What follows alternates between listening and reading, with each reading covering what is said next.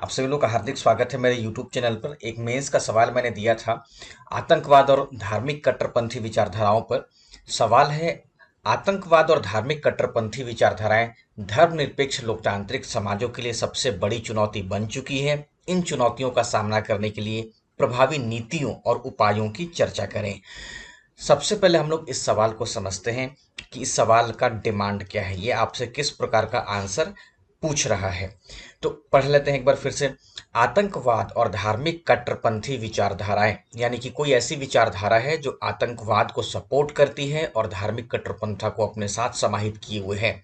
तो आतंकवाद और धार्मिक कट्टरपंथी विचारधाराएं धर्मनिरपेक्ष लोकतांत्रिक समाजों के लिए सबसे बड़ी चुनौती बन चुकी है। इन चुनौतियों का सामना, तो सबसे पहले आपको ये थोड़ा सा उदाहरण के माध्यम से स्पष्ट करना पड़ेगा कि सबसे बड़ी जो चुनौती है वो कैसे बनी है, यानी कि कुछ टेरर अटैक्स वगैरह आपको लिखने पड़ेंगे। इन चुनौतियों का सामना करने के लिए प्रभावी नीतियों और उपायों की चर्चा करें। तो आज इस पर डिस्कशन हम लोग कर लेते हैं। इसका जो फॉर्मेट तैयार होगा, आ, जैसे इंट्रो हो जाता है, भूमिका, फिर बॉडी है और फिर हम लोग कंक्लूजन लिखते हैं। तो इंट्रो लिखेंगे और इंट्रो लिखने के क्रम में हम लोग आतंकवाद और धार्मिक कट्टरपंथी विचारधाराओं को स्पष्ट कर देंगे। जैसे इसका मुख्य भाग होगा, जो बॉडी होगा, उसमें हम लोग बताएंगे कि क्या नीतियां हैं, क्या उपाय हैं। तो सिंपल, चूंकि 250 वर्ड में लिखना है तो बहुत ज़्यादा विस्तार देने की आवश्यकता यहाँ पर नहीं रहेगी। तो बॉडी में नीति और उपायों की चर्चा कर देनी है और फिर कंक्लूजन लिख देना है। और किसी भी प्रकार से एक तरफा कहीं पे भी झुकाव नहीं लेना है और रिलीजन बहुत ज़्यादा इसमें आपको उल्लेख करने की आवश्यकता नहीं रहेगी। तो आतंकवाद और धार्मिक कट्टरपंथी विचारधाराएं धर्मनिरपेक्ष लोकतांत्रिक समाजों के लिए सबसे बड़ी चुनौती बन चुकी है। तो इसकी मैंने भूमिका लिखी है और पढ़ के मैं समझाता भी हूँ।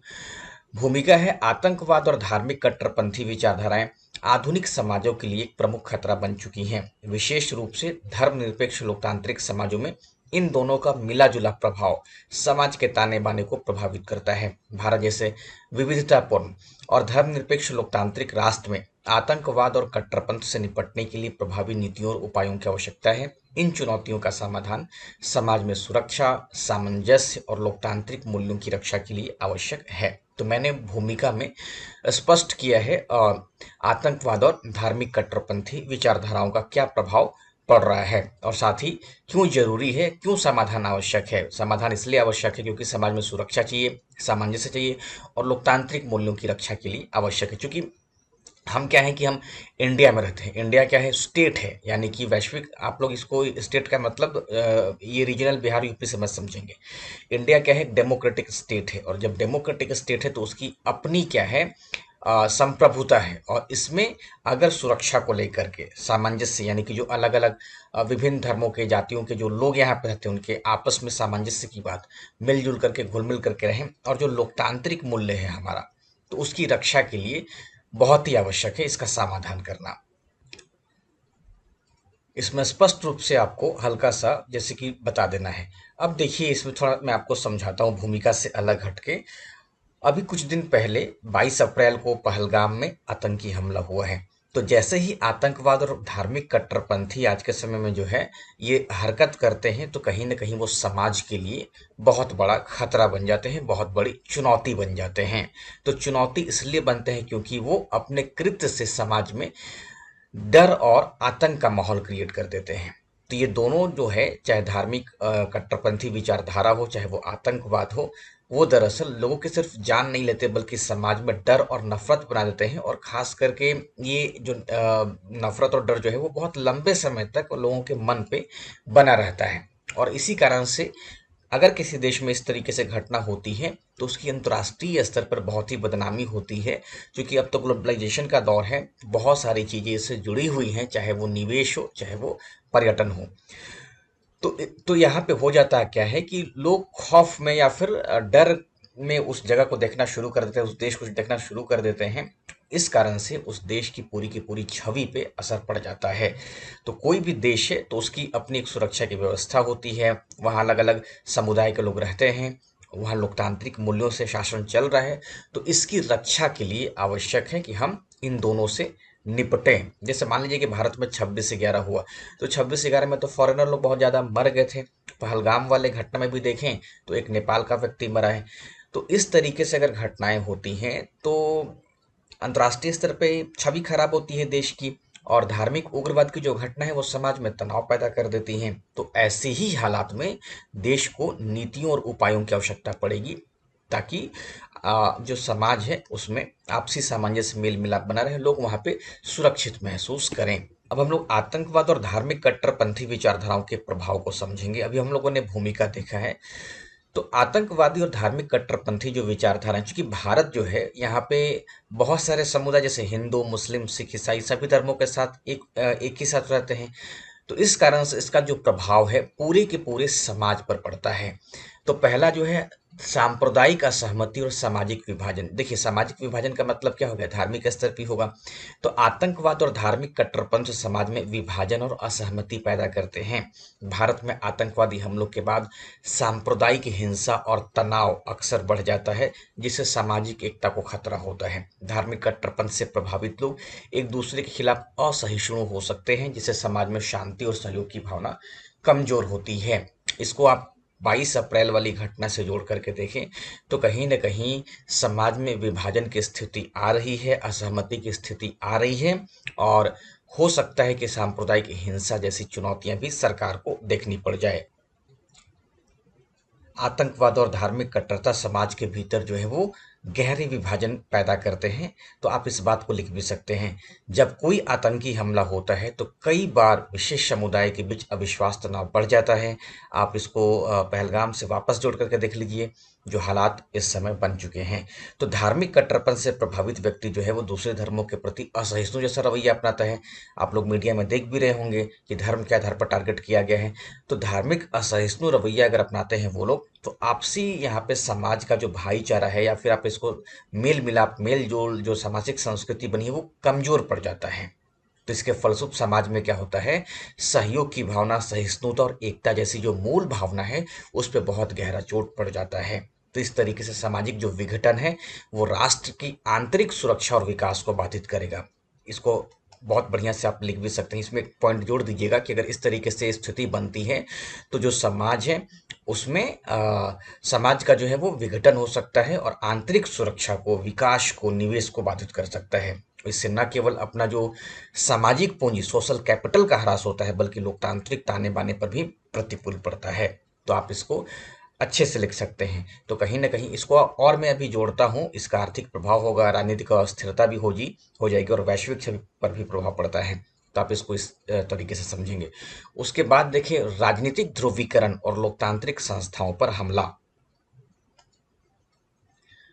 आतंकवाद और धार्मिक कट्टरपंथ राजनीति में ध्रुवीकरण को बढ़ावा देते हैं। यह चुनावों और राजनीतिक प्रक्रिया को प्रभावित करता है, जिससे लोकतांत्रिक संस्थाएं अस्थिर हो सकती हैं। इसके अलावा आतंकवाद लोकतांत्रिक संस्थाओं पर हमला करके नागरिक स्वतंत्रता को सीमित करता है। तो आतंकवाद क्या है, आतंकवाद और जो धार्मिक कट्टरपंथ है वो राजनीतिक विमर्श को ध्रुवीकृत करते, पोलराइज कर देते हैं। इसका फलस्वरूप क्या होता है कि समाज जो है वो हम बनाम वे में बंट जाता है, और राजनीतिक दल कभी कभी आतंकवाद की घटनाओं का प्रयोग ध्रुवीकरण को बढ़ाने और वोट बैंक की राजनीति के लिए करते हैं। इससे लोकतांत्रिक प्रक्रिया निष्पक्षता प्रभावित होती है। जैसे मान लीजिए ओवैसी को देख लीजिए, या किसी भी नेता को देख लीजिए, तो कहीं ना कहीं वो पोलराइज करने की कोशिश करेगा। तो जो भारत की जो चुनाव की जो लोकतांत्रिक प्रक्रिया की जो निष्पक्षता है वो प्रभावित होगी। किसी भी आतंकी घटना के बाद जो सांप्रदायिक भावना है उसको उभार कर चुनावी लाभ देखने का प्रयास किया जाता है। अभी हो ही रहा है पहलगाम के बाद से। तो आतंकवादी हमला जो है वो सीधे सीधे लोकतांत्रिक संस्थाओं पर हमला करते हैं, चाहे वो संसद हो जाए, चाहे वो कहीं का भी हो जाए। तो इससे क्या है कि जो सरकार है वो सुरक्षा के नाम पे नागरिक स्वतंत्रताओं जैसे अभिव्यक्ति की स्वतंत्रता, निजता का अधिकार पर कठोर कानून लागू कर सकती है, और यही वजह है कि वो लोकतंत्र की मूल भावना को प्रभावित कर सकते हैं। तो जब भय और असुरक्षा का माहौल बन जाता है तो जनता भी कठोर कदमों को स्वीकार करने लगती है, जिससे लोकतंत्र में अधिनायकवादी प्रवृत्तियां पनप सकती हैं। आगे देख लेते हैं, आंतरिक सुरक्षा और नागरिक स्वतंत्रताएं।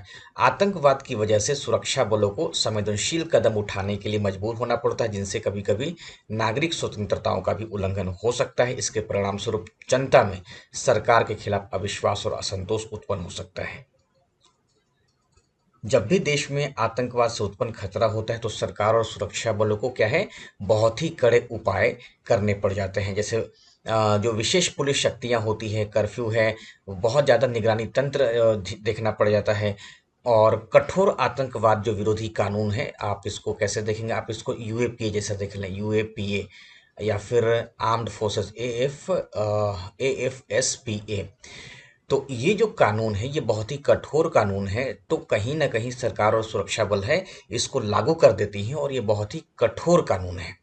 हालांकि ये कदम जो है आंतरिक सुरक्षा को सुनिश्चित करने के लिए बहुत जरूरी है, बहुत आवश्यक है, लेकिन कई बार इससे नागरिक जो स्वतंत्रता होती है, जैसे अभिव्यक्ति की स्वतंत्रता हो गई, आंदोलन की स्वतंत्रता हो गई, निजता का अधिकार, ये सब उल्लंघन होता है। तो अगर इस प्रकार का उपाय लंबे समय तक भेदभावपूर्ण ढंग से लागू हो जाए तो जनता में सरकार और उसकी नीतियों के प्रति अविश्वास उत्पन्न हो सकता है और इससे लोकतांत्रिक ताने बाने और राज्य की जो वैधता है, जिसको लेजिटिमेसी कहते हैं, उस पर प्रश्न चिन्ह उठ जाता है। इसलिए आतंकवाद के खिलाफ स्वतंत्र जो संघर्ष है सरकार का, तो वो सुरक्षा और स्वतंत्रता के बीच संतुलन बनाए रखने के लिए ही होता है। अब जैसे मान लीजिए कि पहलगाम में क्या हुआ, आतंकी हमला हो गया, तो आतंकवाद के इस खतरे के कारण सुरक्षा बल जो है अब उस क्षेत्र में कठोर कदम उठा लेंगे। जैसे पर्यटक स्थल पर सुरक्षा की जो निगरानी है उसको बढ़ा देंगे, गाड़ियां वगैरह बहुत कड़ाई से चेक होनी शुरू हो जाएगी। और अमरनाथ की यात्रा के दौरान अगर आतंकी हमला हो जाता है तो पहलगाम जैसे शांत इलाकों में क्या है कि बहुत ज़्यादा सैन्य बल तैनात करना पड़ता है।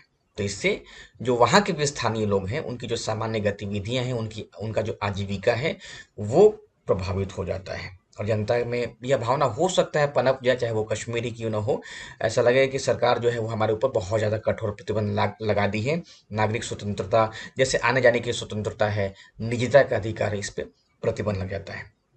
तो कहीं न कहीं जनता के बीच या जनता के मन में यह भावना पनप सकती है कि राज्य केवल सुरक्षा के नाम पर उनकी स्वतंत्रता का दमन कर रहा है। इससे अविश्वास और असंतोष बढ़ता है। तो कहीं न कहीं इसमें ये आंतरिक सुरक्षा और नागरिक स्वतंत्रता बुरी तरीके से प्रभावित हो जाती है। अर्थव्यवस्था पर प्रभाव, आतंकी हमले और धार्मिक कट्टरपंथ के कारण विदेशी निवेश में कमी होता है, पर्यटन उद्योग की गिरावट हो जाती है और आर्थिक गतिविधियों में अस्थिरता उत्पन्न हो सकती है। यह समाज की समृद्धि और स्थिरता को प्रभावित करता है। तो ये तो सबसे जो प्रमुख है वो है अर्थव्यवस्था है ही। तो आतंकवादी हमले, धार्मिक कट्टरपंथ के कारण क्या है कि आर्थिक जो गतिविधियां विशेष रूप से प्रभावित होती है। कैसे? अगर आतंकी घटनाओं से देश में भय का या फिर अस्थिरता का माहौल बनता है तो विदेशी निवेश, खास करके जो एफडीआई हम लोग कहते हैं, वो घट जाता है। निवेशक जो हैं वो स्थिर और सुरक्षित वातावरण चाहते हैं, इसलिए आतंक से प्रभावित देशों से पूंजी जो है पलायन होने की प्रवृत्ति बढ़ जाती है। इसको कैपिटल फ्लाइट कहते हैं।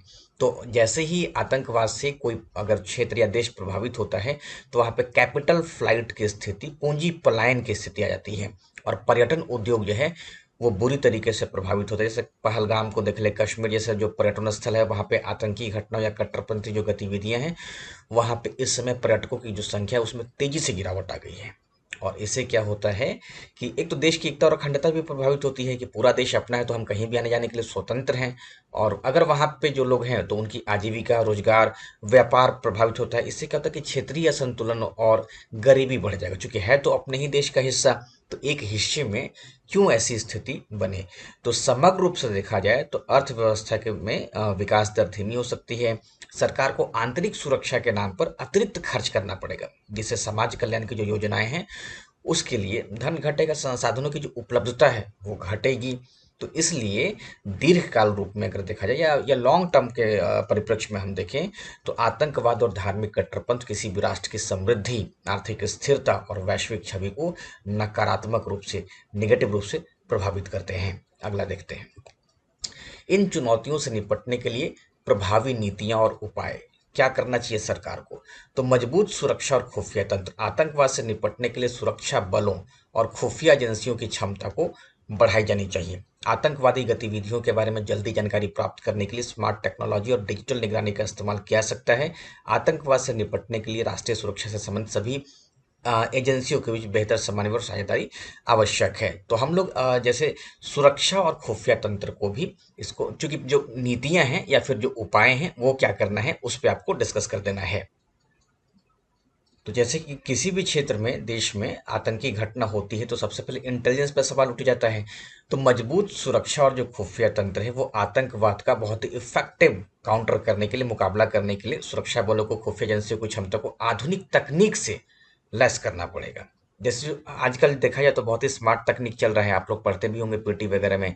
ये सरकार आर्टिफिशियल इंटेलिजेंस है, बिग डेटा एनालिटिक्स है, ड्रोन सर्विलांस, साइबर निगरानी का उपयोग करके आतंकवादी गतिविधियों की पूर्व सूचना एकत्र करने में मदद कर सकती है। इंटेलिजेंस को ये पहले इन्फॉर्म हो जाना चाहिए कि देश में ऐसी ऐसी घटनाएं हो सकती हैं, तो बहुत सारे वो तकनीक का उपाय करके या तकनीक का सहारा लेकर के इनका वो पता बहुत पहले ही कर सकती है।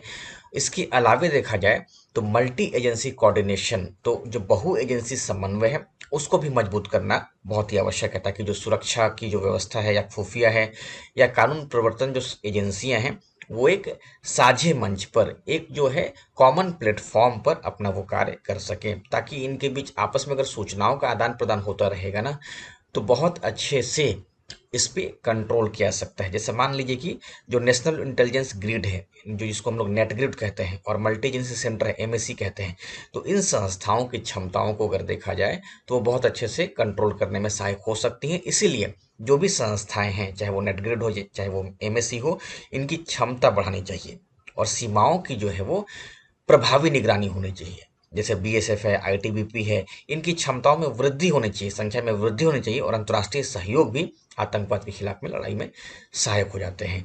तो मजबूत सुरक्षा जो है वो तंत्र चाहिए, केवल सीमित स्तर पर सुरक्षा नहीं, बल्कि बड़े लेवल पे, मजबूत स्तर पे और तकनीक से लैस जो है वो सुरक्षा चाहिए। शिक्षा और समाज में सहिष्णुता का प्रचार, धार्मिक कट्टरपंथ और आतंकवाद के प्रभाव को कम करने के लिए शिक्षा का महत्व अत्यधिक है। समाज में सामाजिक समानता, सहिष्णुता और शांतिपूर्ण सहअस्तित्व को बढ़ावा दिया जा सकता है। स्कूलों और विश्वविद्यालयों में धार्मिक और सांस्कृतिक संवाद को बढ़ावा देना युवाओं में भेदभाव और असहमति की बजाय समझ और सम्मान की भावना पैदा कर सकता है। तो शिक्षा और समाज में जो है वो सहिष्णुता का प्रचार करना चाहिए। धार्मिक कट्टरपंथ और आतंकवाद से लड़ने के लिए शिक्षा एक दीर्घकालिक और टिकाऊ उपाय है, सस्टेनेबल ये सॉल्यूशन है। तो समावेशी और गुणवत्तापूर्ण शिक्षा सामाजिक समानता, सहिष्णुता और शांतिपूर्ण सहअस्तित्व को बढ़ावा देती है। जैसे विश्वविद्यालय हो गए या विद्यालय ही हो गए, वहाँ पे धार्मिक और सांस्कृतिक संवाद, जिसको हम लोग इंटरफेथ और इंटरकल्चरल डायलॉग बोलते हैं, तो इंटरफेथ एंड इंटरकल्चरल डायलॉग को प्रोत्साहित करना चाहिए, ताकि युवाओं में या युवा पीढ़ी में अलग अलग मत विभाजन या भिन्नता को सम्मान देने और भेदभाव से बचने की समझ विकसित हो जाए। और जो स्कूल का करिकुलम है, जिसको पाठ्यक्रम सिलेबस कहते हैं, वहाँ पे नागरिक शिक्षा, जो सिविक एजुकेशन कहते हैं, संविधान के मूल्य, मानवाधिकारों के प्रति जागरूकता को शामिल करना चाहिए। इसके अतिरिक्त अगर देखा जाए, जो मीडिया साक्षरता है, मीडिया लिटरेसी, इसको बढ़ावा दे करके युवाओं को चरमपंथी विचारधाराओं और फेक न्यूज से प्रभावित होने से बचाया जा सकता है। और शिक्षा के माध्यम से ही असहमति को लोकतांत्रिक और संवाद तरीके से व्यक्त करने की जो संस्कृति है, इसका विकास करना बहुत ही आवश्यक है।